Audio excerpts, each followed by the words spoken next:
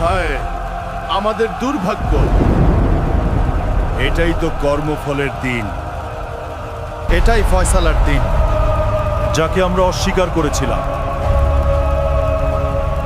করেছিলাম। তোমাদের হয়েছে কি? তোমরা একে অপরকে সাহায্য করছো না কেন?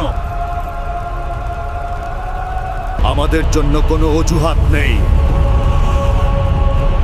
আমরা আত্মসমর্পণ করি। একত্র কর জালিমদের, তাদের সঙ্গীদেরও। যাও, তাদের খুঁজে আনো। তাদের সঙ্গীদেরও ডাকা হবে, যারা অন্যায়কে সমর্থন করেছিল। সবাইকে একত্র করা হবে হিসাবের দিনের জন্য। আর যাদের তারা ইবাদাত করত আল্লাহর পরিবর্তে,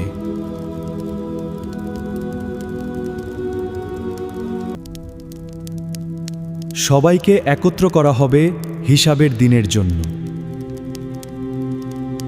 তাই বাবা সব সময় সত্যের পথে থাকবে। আচ্ছা বাবা, ঠিক আছে।